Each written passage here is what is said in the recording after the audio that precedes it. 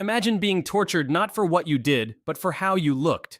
That's exactly what happened to a young slave named Sporus in ancient Rome. His face was his death sentence. Emperor Nero had just killed his own wife in a fit of rage, but when the grief hit, he became obsessed with bringing her back. So when he spotted Sporus, a slave who bore an uncanny resemblance to his dead empress, Nero saw his chance for resurrection. What followed was one of history's most twisted acts of imperial madness. Sporus would be castrated, dressed as a woman, and forced into a marriage ceremony with the most powerful man on earth. His torture wasn't a punishment. It was Nero's sick idea of love, but what happened to him after Nero's death was even worse. This is the real story of how resembling the wrong person could destroy your entire existence. To understand Sporus's nightmare, you need to meet the woman who started it all, Poppaea Sabina. She wasn't just beautiful. She was dangerously beautiful. The kind of woman who could make emperors abandon their wives and start wars. Poppaea had already been married twice when she caught Nero's eye. Her second husband? Otho, one of Nero's closest friends. But when the emperor wanted something, friendship meant nothing. Nero simply banished Otho to a distant province and took his wife. Nothing says, best friend forever. Quite like stealing your buddy's woman and sending him to the ancient equivalent of Siberia. For 5 years, Poppaea ruled Nero as much as he ruled Rome. She convinced him to murder his own mother, Agrippina. Now, to be fair, this wasn't exactly a normal mother-son relationship. Agrippina had already tried to poison Nero multiple times. Apparently, family dinners were a real gamble in the imperial palace. She'd also murdered her way to power, including poisoning her own husband, Emperor Claudius. So when Poppaea whispered in Nero's ear that Mommy Dearest had to go, it was less, convince your loving son to commit matricide, and more, finish what's already been a very messy family feud. That kind of persuasion is terrifyingly effective and eerily familiar. If you're fascinated by how historical figures use psychology and manipulation to gain control, you'll want to check out the ebook, How to Win Any Argument Using Historical Logic. Link in the pinned comment. But Poppaea wasn't done redecorating Nero's family tree. She also pushed him to divorce and execute his first wife, Octavia. Poor Octavia's crime? Being boring and legitimate. In a world where your stepmother turned mother-in-law keeps trying to murder your husband, being a stable, drama-free wife was apparently grounds for execution. Ancient historians described Poppaea as ambitious, ruthless, and absolutely stunning. She had golden hair that became the standard of beauty across the empire. She was basically the ancient world's ultimate mean girl, beautiful, manipulative, and absolutely lethal to anyone in her way. But Poppaea made one fatal mistake. She got pregnant. In 65 AD, while heavily pregnant with their second child, she dared to criticize Nero for coming home late from the chariot races. Big mistake. Nero, drunk and furious, kicked her in the stomach so hard that she died on the spot. The emperor had just killed the only person he truly loved, and that's when his mind completely snapped. Suddenly, the most powerful man in the world was consumed by grief and guilt. He organized elaborate funeral games that lasted for days. He had Poppaea's body covered in expensive spices instead of cremated, an honor usually reserved for foreign royalty. He even tried to have her declared a goddess, because apparently, if you can't be a good husband while your wife is alive, you can always overcompensate after you've literally kicked her to death, but none of it brought her back. And that's when Nero's obsession turned truly twisted. If he couldn't resurrect Poppaea, maybe he could recreate her. After killing Poppaea, Nero entered what we might charitably call his unhinged widower phase. The same man who had casually murdered his mother and first wife was now devastated by grief. Apparently, murdering family members was just Tuesday for Nero, but accidentally killing the woman he actually loved? That broke his brain completely. The emperor became obsessed with finding Poppaea's replacement, not just any replacement, an exact replacement. He scoured the empire, looking for women who resembled his dead wife. Think of it as the world's most disturbing casting call. Wanted, golden-haired beauty for emperor's wife. Must look exactly like previous wife. Previous wife died under mysterious circumstances. No questions asked. But here's where it gets really weird. None of the women were good enough. They didn't have quite the right nose, or their hair wasn't the perfect shade of gold. Or they simply couldn't fill the Poppaea-shaped hole in Nero's twisted heart. The emperor was like a psychotic Goldilocks. This one's too short, this one's too tall, this one doesn't remind me enough of my dead wife whom I murdered. Nero even tried marrying a woman named Statilia Messalina, but that didn't work either. She had the unfortunate problem of being her own person instead of being a Poppaea clone. The marriage was doomed from the start because Nero wasn't looking for a wife. He was looking for a resurrection. Meanwhile, the Roman people watched their emperor's increasingly bizarre behavior with growing alarm. This was the same man who had allegedly fiddled while Rome burned, who performed on stage like a common actor, and who now seemed to be having a very public mental breakdown over his dead wife. Even by Roman imperial standards, which weren't exactly high, this was getting concerning. But Nero wasn't done yet.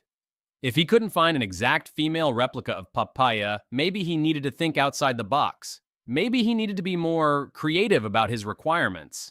That's when his eyes landed on a young slave named Sporus.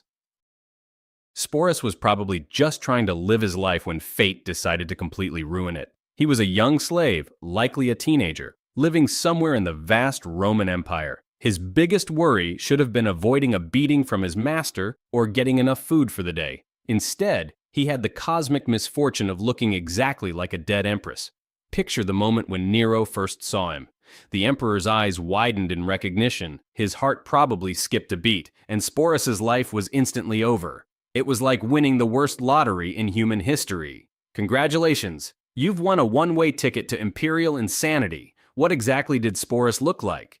Ancient sources describe him as having delicate feminine features and that same golden hair that had made Poppaea famous across the empire. In any other time and place, these might have been considered blessings. Under Nero's gaze, they were a death sentence with extra steps. The resemblance was so striking that it apparently gave Nero chills. This wasn't just, oh, they kind of look similar. This was, holy gods, it's like Poppaea has returned from the underworld level of similarity. You don't learn this in history classes out there, but some historians suggest Sporus might have actually been related to Poppaea, perhaps a distant cousin or the child of a relative who had been enslaved. For Sporus, the moment of recognition must have been terrifying. Slaves learned to read their master's expressions for survival, and whatever Sporus saw in Nero's face that day couldn't have been good. Maybe it was obsession. Maybe it was desperate hope. Maybe it was the look of a man who had just found the solution to his grief-induced madness. But here's the thing about resembling someone powerful and dead in ancient Rome. It rarely ended well for you. Sporus was about to discover that sometimes looking like the wrong person could be worse than any crime you could actually commit. The emperor had found his replacement. Now came the truly horrific part, making it work. What happened next was so barbaric that even the Romans, who entertained themselves by watching people get eaten by lions, were shocked. Nero decided that if Sporus was going to replace Poppaea, he needed to be made more suitable for the role. The emperor's solution? Castration. Let that sink in for a moment. A slave was about to be mutilated, not as punishment for a crime, but because he had the audacity to look like someone the emperor missed. It's hard to imagine a more twisted logic. You remind me of my beloved dead wife, so I'm going to torture you and then marry you. Even by ancient standards of imperial madness, this was next-level insanity. The procedure itself was brutal. In ancient Rome, castration was typically performed by crushing or cutting away the testicles, often without any form of anesthesia.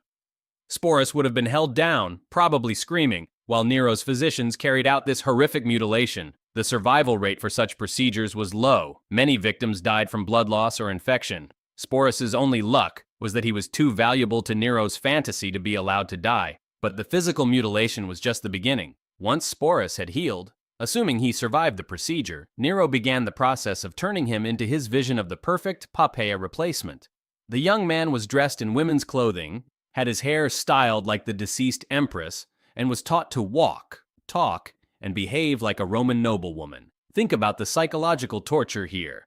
Not only had Sporus been physically mutilated, but his entire identity was being erased and replaced with that of a dead woman. He was forced to become someone else entirely, someone who reminded his captor of his greatest love and his greatest crime. Then came the final insult, the wedding ceremony. Nero actually married Sporus in a public ceremony, complete with all the traditional Roman wedding rituals. The emperor wore the toga of a Roman groom, while Sporus was dressed as a bride, complete with the flame-colored veil that Roman brides traditionally wore. The ceremony was attended by the Roman elite, who watched in stunned silence as their emperor married a castrated slave boy dressed as a woman. It was political theater at its most disturbing, a public display of imperial madness that no one dared to stop. Welcome to the world's most twisted marriage, where one spouse was a delusional emperor and the other was a mutilated slave desperately trying to survive each day. Sporus's new life as Nero's wife was a constant performance, one where a single wrong move could mean death. Nero treated Sporus exactly like he had treated Poppaea, which was both touching and terrifying. The emperor showered his new wife with jewelry, expensive clothes, and all the luxuries of imperial life. Sporus was given his own retinue of servants, lived in the finest quarters of the palace, and was addressed with the same titles that Poppaea had held. On the surface, it looked like the ultimate rags to riches story. In reality, it was a gilded cage built on mutilation and madness. But here's the thing about pretending to be someone else 24/7. It's exhausting. Sporus had to learn not just how to dress and act like Poppaea, but how to respond to Nero's moods, his reminiscences about the real Poppaea, and his increasingly erratic behavior. Imagine having to nod along while your captor tells you stories about the woman whose identity you've been forced to assume, the woman he murdered and now claims to love through you. The Roman public's reaction was mixed, to put it charitably. Some were horrified by the spectacle. Others whispered jokes behind closed doors, and many simply tried to pretend it wasn't happening. After all, what do you say when your emperor marries a castrated slave? Congratulations on your unconventional wedding. The whole situation was so bizarre that even the gossip-loving Romans struggled to find words for it. Nero, meanwhile, seemed genuinely happy with his arrangement. He would introduce Sporus as his wife at public events, take him to the theater, and even kiss him in public. To the emperor, this wasn't a sick charade, it was a successful resurrection. He had brought Poppaea back, and everything was perfect in his delusional world. For Sporus, every day was a delicate balancing act. He had to be feminine enough to maintain the illusion, but not so much that he accidentally triggered Nero's rage by reminding him too much of the real Poppaea. He had to be loving enough to keep the emperor happy, but not so independent that he seemed to have his own personality. He was living as a ghost of someone else, trapped in a performance that could never end. The psychological toll must have been immense. Sporus wasn't just a prisoner. He was a living monument to Nero's guilt and madness, a daily reminder of imperial violence dressed up as imperial love. In 68 AD, Nero's reign of terror finally came to an end. Faced with multiple rebellions and the Roman Senate declaring him a public enemy, the emperor chose suicide over capture. His last words were reportedly, "What an artist dies in me," because nothing says humble final moments quite like lamenting your own artistic genius while your empire crumbles around you. For most Romans, Nero's death was cause for celebration. For Sporus, it was the beginning of a new nightmare. What do you do with the castrated widow of a despised emperor? The answer, unfortunately, was nothing good. Enter Otho, remember him? Poppaea's second husband, the one Nero had exiled to steal his wife? Well, he was back, and he had become emperor in the chaotic year of the four emperors. You'd think Otho might have some sympathy for another victim of Nero's obsessions. Instead, he decided to claim Sporus for himself. Apparently, if you can't have your actual wife back, the next best thing is your rival's twisted replacement version of her. So Sporus found himself passed around like imperial property, which, technically, he was. Otho treated him as a combination of trophy and revenge fantasy, a way to reclaim something that Nero had stolen even if it was just a horrifically altered substitute. The irony was lost on no one. The man whose wife had been stolen by Nero was now marrying the slave Nero had mutilated to replace that same wife. Roman politics really was just one big bloody soap opera. But Otho's reign lasted only 3 months before he lost a civil war and killed himself. Sporus was once again without a husband, and his situation was becoming increasingly precarious. Each new emperor had to decide what to do with this living reminder of Nero's madness. The next emperor, Vitellius, took a different approach. Instead of marrying Sporus, he decided to humiliate him publicly. Vitellius forced Sporus to play the role of a raped maiden in gladiatorial games, essentially turning his trauma into entertainment for the masses. If you thought Sporus's life couldn't get worse, well, you underestimated the creative cruelty of Roman emperors. Finally, when Vespasian came to power and brought some stability to the empire, Sporus saw his chance. Rather than face whatever fresh horror the new emperor might devise, Sporus chose the one thing that had been denied to him for years: control over his own fate. He committed suicide, finally escaping the nightmare that had begun with nothing more than an unfortunate resemblance. So there you have it, the story of Sporus, the slave who was tortured simply for looking like the wrong person at the wrong time. His face sealed his fate in ways that most of us can barely imagine. What happened to Sporus wasn't unique because it was evil. History is full of evil. It was unique because it shows how completely one person's reality can be twisted by another's power. In a world where emperors could reshape laws, armies, and entire civilizations, reshaping a single human being was just another Tuesday. The Romans preserved this story not because they thought it was particularly shocking, but because it perfectly captured something they understood about power, that it reveals who people really are when all limits are removed. If you found this story as fascinating as it is disturbing, there are plenty more tales of imperial madness where this came from. Subscribe to dive deeper into the dark corners of history that somehow managed to be stranger than fiction.